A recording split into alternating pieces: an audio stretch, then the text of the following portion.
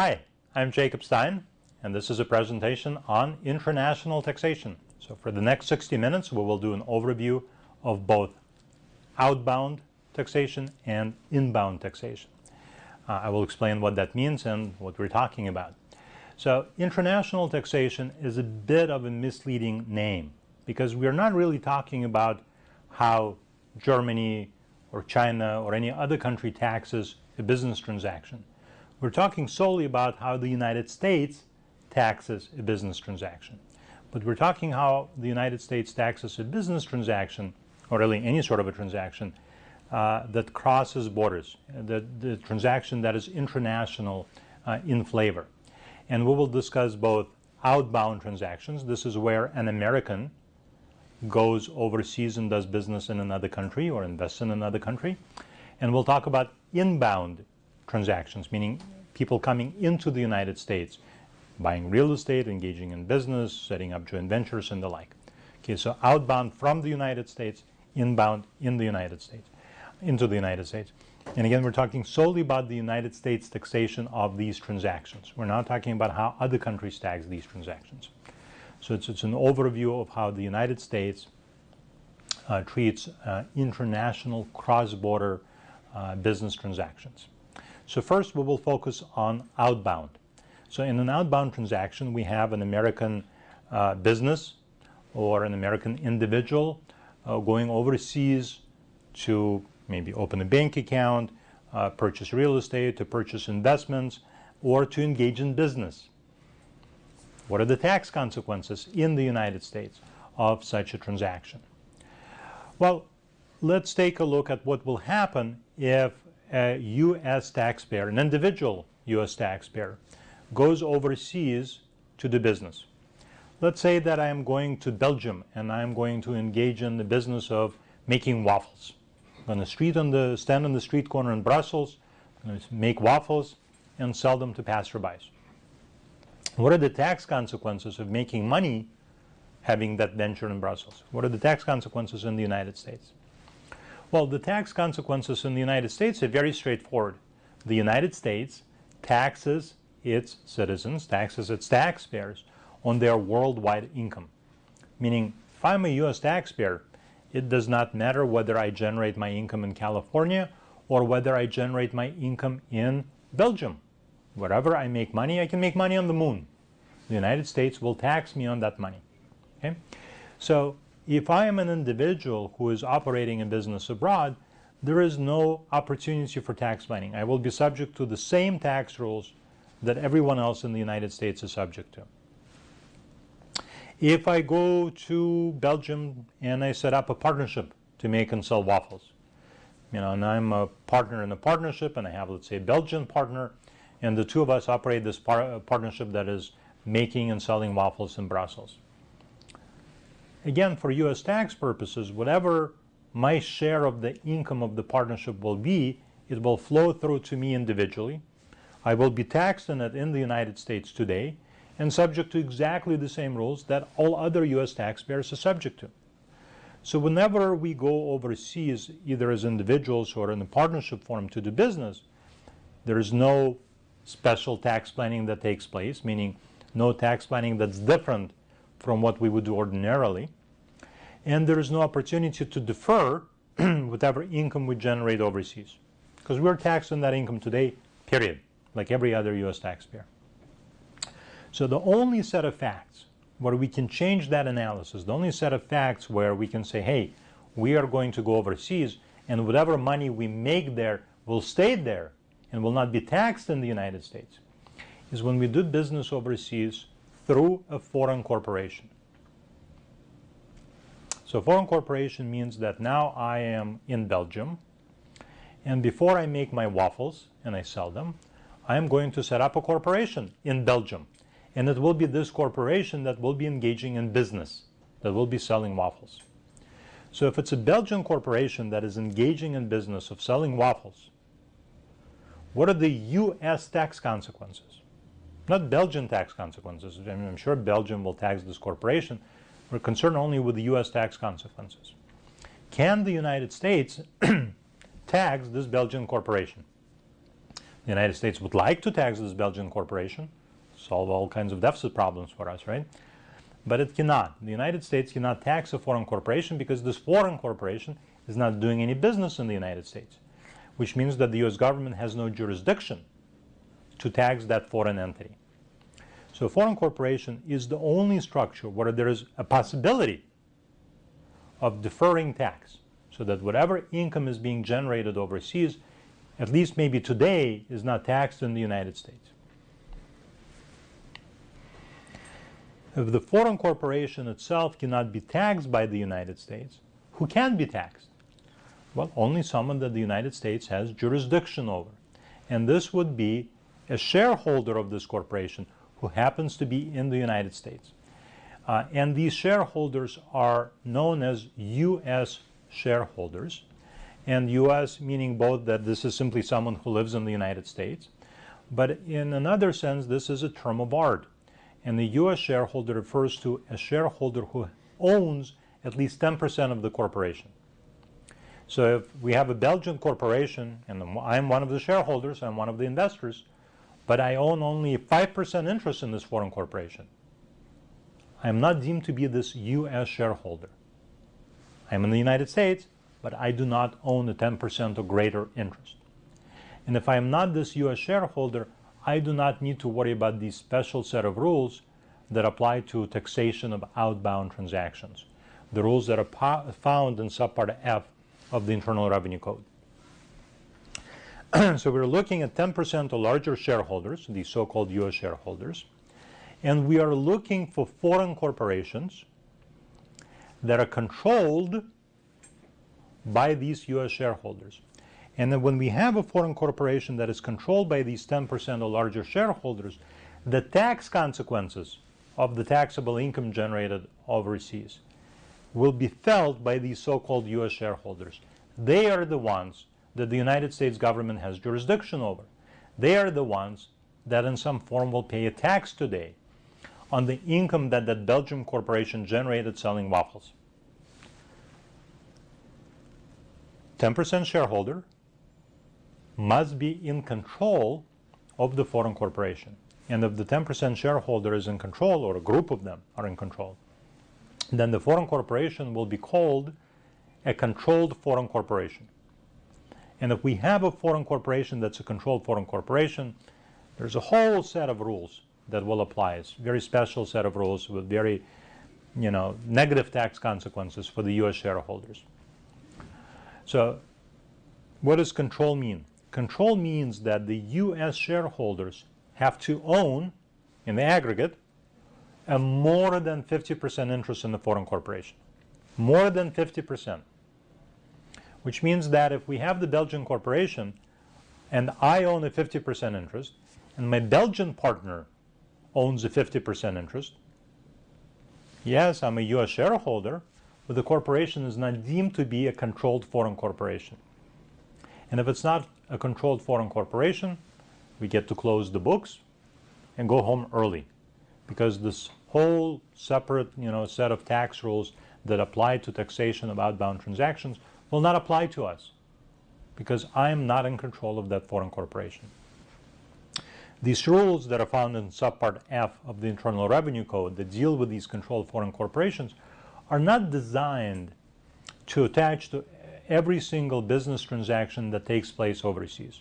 These rules are designed to attach only when a U.S. taxpayer is setting up a foreign corporation for the purpose of deferring tax liability, where tax planning is the primary purpose for having this corporation.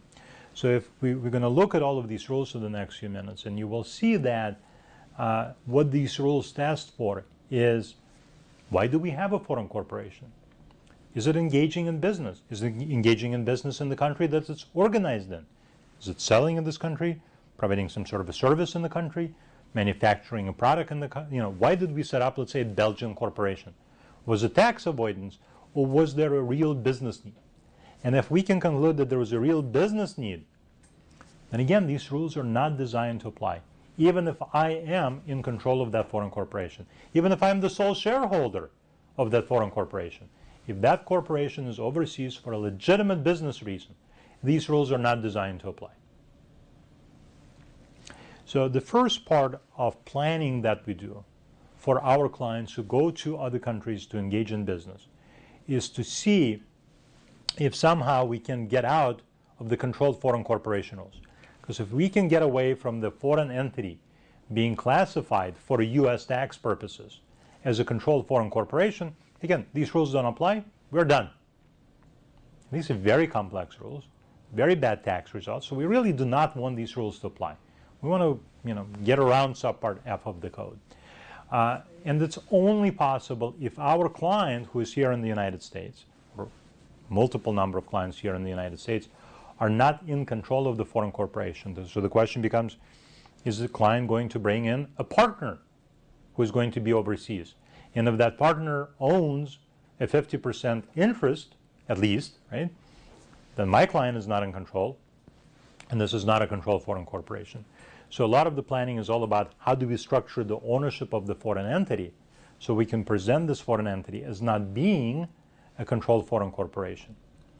And that's probably the easiest way of defeating the rules if the facts serve us correctly, meaning that we do have these other investors, shareholders we can bring in who are foreigners and who will defeat the controlled foreign corporation classification. But let's say this is a controlled foreign corporation. Let's say my client is the sole shareholder. What happens then? Well, first of all, what sort of tax benefit? Let's assume there is no subpart F. What sort of a tax benefit can a U.S. shareholder get by forming the foreign corporation? Well, as I inferred earlier, if I do have this corporation in Belgium that is manufacturing and selling waffles and making a profit off of selling waffles, the profit cannot be taxed by the United States because the United States does not have jurisdiction over the corporation.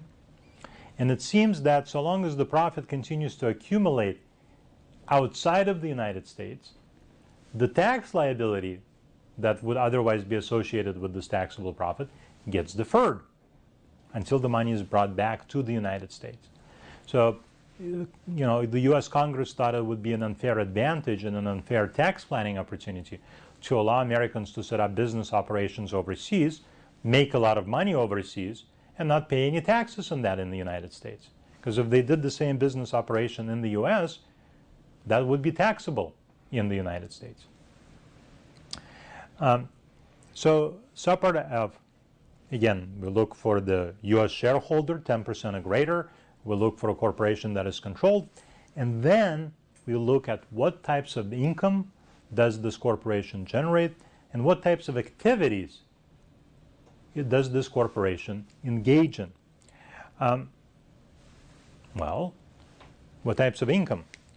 The first and probably the most prevalent category of income that will result in a current tax to the U.S. shareholder is passive income. Passive income means interest, dividends, royalties, rents, gains from sale of property. So if I own a corporation in the Bahamas, and this corporation just has, let's say, a bank account, and the bank account is generating interest income. Well, this is passive income,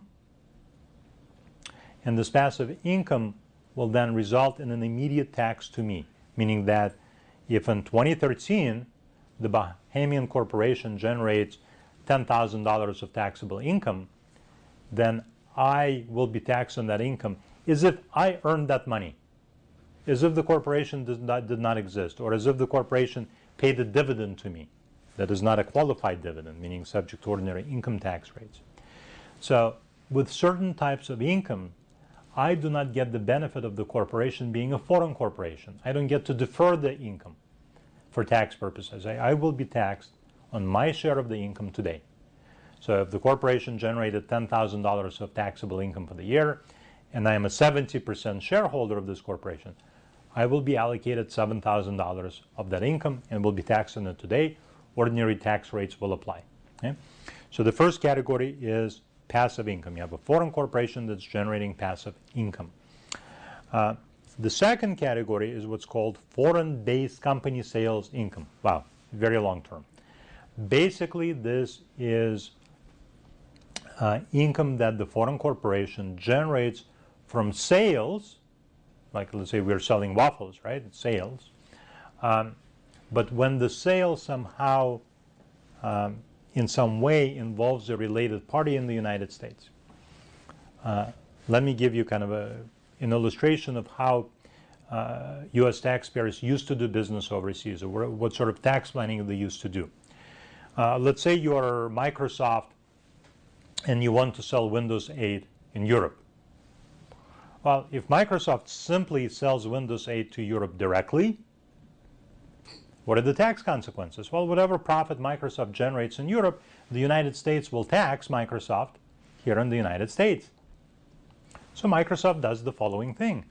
Microsoft sets up a subsidiary somewhere in Europe, maybe in a low tax or no tax jurisdiction. And instead of selling Windows 8 directly to retailers, Microsoft first sells Windows 8 to its subsidiary in Europe, maybe for a small profit. And then the subsidiary resells the software at a much greater profit. And whatever profit the subsidiary generates is not taxable to Microsoft today. It's in some low tax jurisdiction in Europe, and we'll just accumulate those profits in a foreign country, right? So the idea was that a U.S. business or a U.S. taxpayer would use a foreign corporation as a subsidiary or as a brother or sister company to try to somehow, shelter some of the profits that it could have been generating if it was doing business directly. So this first category of income, the second category of income, the foreign-based company sales income, it looks at the transactions where we have a foreign corporation that sells on behalf of a related party in the United States. So Microsoft's subsidiary would be selling on behalf of Microsoft. It would be buying a product from a related party, from its parent corporation, and then selling elsewhere. So this is a very broad category of income, but there are a lot of exceptions to it. For example, if you recall, I said that these rules will test to see whether you have set up this corporation overseas for a legitimate business reason. What can that be?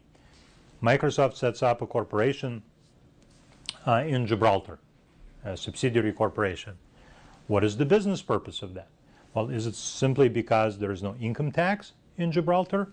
Or is it because in Gibraltar, Microsoft has some sort of a small factory where they actually take the software they received and they burn it to disks and they put labels on disks and they package it and then they ship it to Germany and France. Because if the subsidiary actually engages in something meaningful in the country where it's organized, well, then there is a legitimate business reason why we formed the subsidiary in Gibraltar. Or maybe we have a subsidiary in Gibraltar because we're actually selling software in Gibraltar. There are businesses in Gibraltar. People buy Windows 8. So that's a legitimate business purpose for having this corporation in Gibraltar.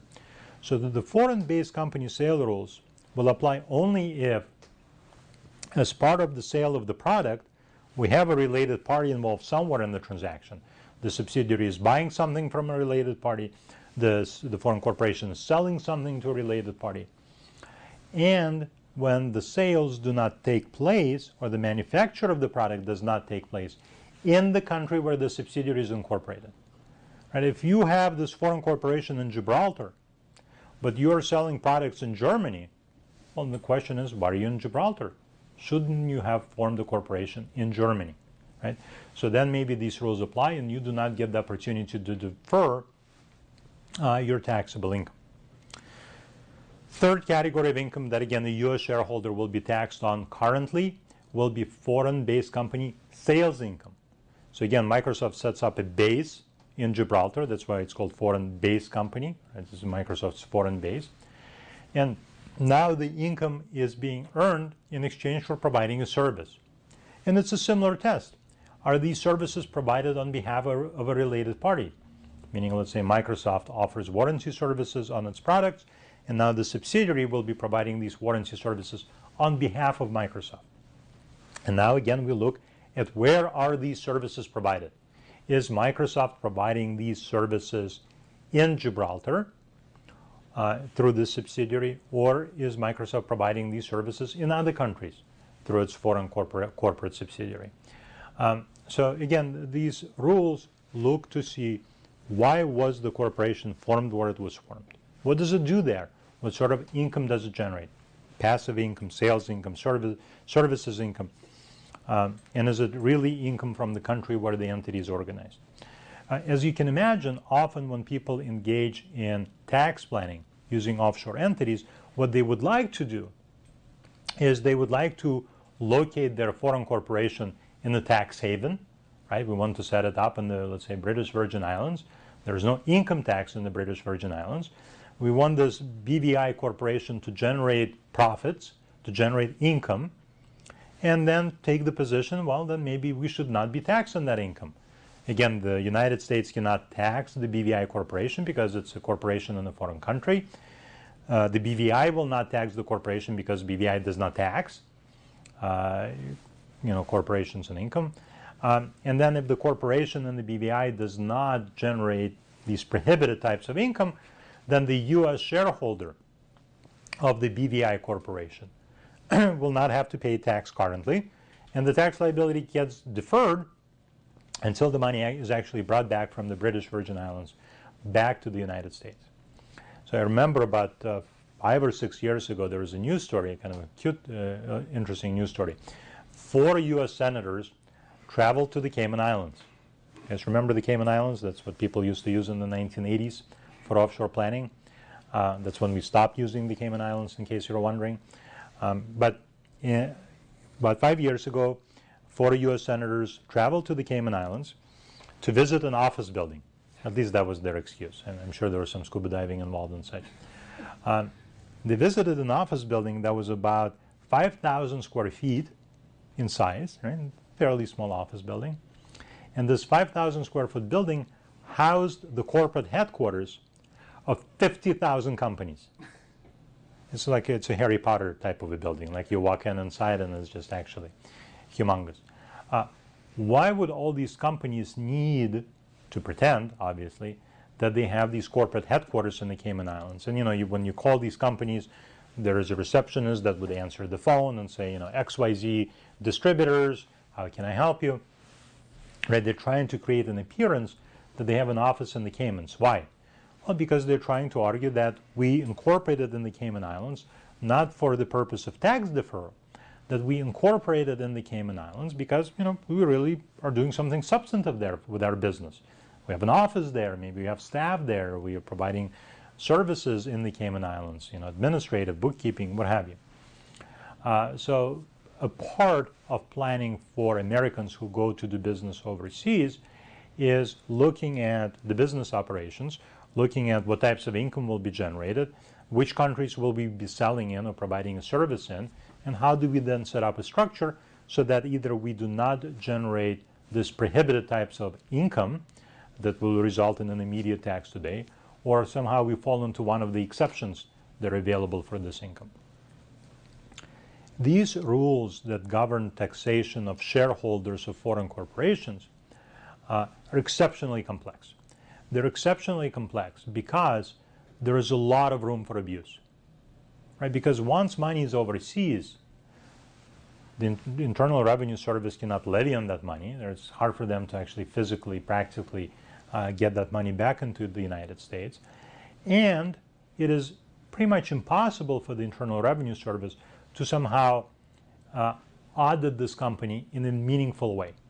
Meaning that if you are a U.S. shareholder of a controlled foreign corporation, you will be filing forms that are attached to your 1040, to your tax return, disclosing all kinds of information about this corporation.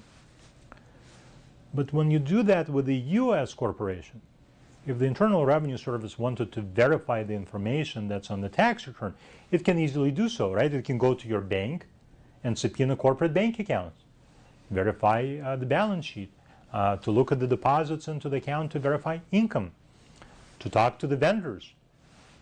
But if it's a foreign corporation that banks overseas, the IRS has no ability really, no meaningful ability to subpoena this information, to independently verify the information that taxpayers provide to them.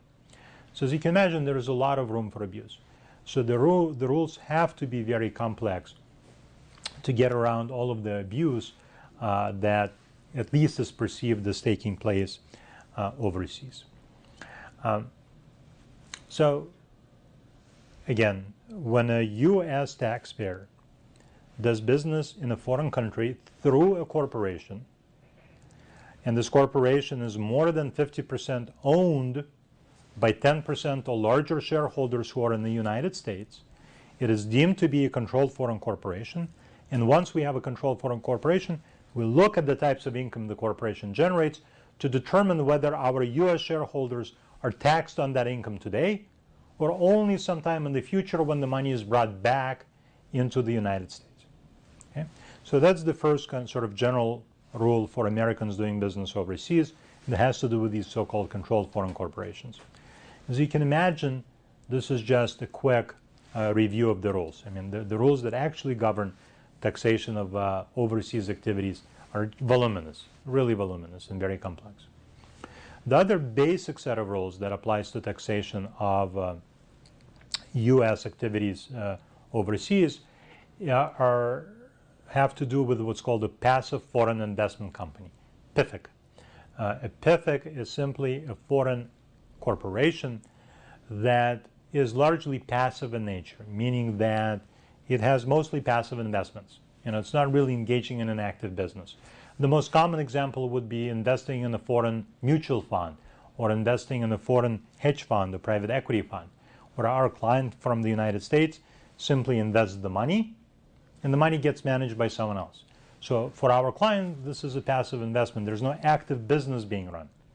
Or the client purchases, let's say, an apartment building in the British Virgin Islands, which is run on a triple net basis. So it's a purely passive investment for the client, cannot be deemed an active business.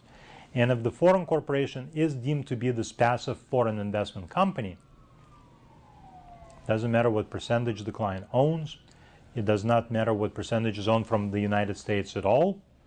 Our client can be the only shareholder from the United States holding a 1% interest, doesn't matter. Our client will not get the opportunity to defer taxable income. And the way that PFIC rules work is the following. He will not be taxed on the income of the foreign corporation today, meaning the corporation earns money, does not distribute it to our shareholders, so there's no dividend to tax him on. He will not be taxed. What he will have to pay to the IRS, though, today is an interest rate on the tax that is deferred. So basically, our client will not get the advantage of a time value of money, of getting the deferral. So if he invested in a mutual fund and the mutual fund generated a lot of revenues and our client's share was $10,000, if the mutual fund distributes the $10,000 to our client here in the United States, our client is taxed on that distribution as a dividend that he received. But if the fund does not distribute the dividend, what the client will have to do is calculate what the tax liability would have been had the $10,000 been distributed to him, and then multiply that liability, that hypothetical liability, by an interest rate. And that is what he pays the IRS today. So he doesn't get the benefit of the deferral. And PFICs, again, are foreign corporations that are largely passive in nature. So the test is 70% or more of the assets of the foreign corporation are passive assets. Okay. So this is sort of a very basic, very quick summary of the outbound rules. This is when an American goes overseas to do business. Again, if you go as an individual to do business overseas, there is no potential for deferral because you are taxed on your worldwide income. If you invest in a foreign partnership, partnership income will be allocated to you today. There is no potential for deferral. It's only when we do business through a foreign corporation, then maybe we can do some planning depending on how the business can be structured, the ownership of the business, and so forth. So we have finished discussing taxation of controlled foreign corporations. And there's one kind of separate situation for Americans doing business overseas that warrants a closer look. And that is the tax consequence of having an overseas trust. With an American doing business overseas as an individual or through a partnership, we've discussed that deferral is not possible. Only with a corporation is deferral possible. But when you have a foreign trust, it's really not about deferral, unless the trust is properly structured. It's really now about what qualifies as a foreign trust, what are the reporting requirements, and what sort of planning we can do with a foreign trust. So what is a foreign trust? A foreign trust is simply a trust, usually it's an irrevocable trust, that is governed by the laws of a foreign jurisdiction. So these trusts can be used for any number of reasons. These trusts may be used by foreigners when they have relatives living in the United States and they want to create a trust for the benefit of their relatives in the United States. And there may be very favorable tax consequences if we set up this trust overseas, so it's not subject to U.S. taxation, as opposed to setting up this trust in the United States. It's going to be funded by a foreigner with assets coming from overseas, so very favorable U.S. income tax consequences can be created by using a trust. Foreign trust can be used for asset protection, right, to protect the assets the trust holds. Foreign trust can be used for privacy and for a few other reasons. Generally speaking, if you have a foreign trust that is set up by an American, meaning a U.S. taxpayer sets up a foreign trust and transfers assets to this foreign trust. For U.S. income tax purposes, this foreign trust is taxed as what's called a grantor trust. And grantor trust means that the trust is completely ignored for income tax purposes. And if the trust is ignored for income tax purposes, no tax planning is possible. The person who set up the trust and transferred assets to the trust will be taxed on whatever income the trust generates. So the trust is completely ignored. The only time we can do tax planning is, again, when a foreigner funds this foreign trust and the assets are kept outside of the United States.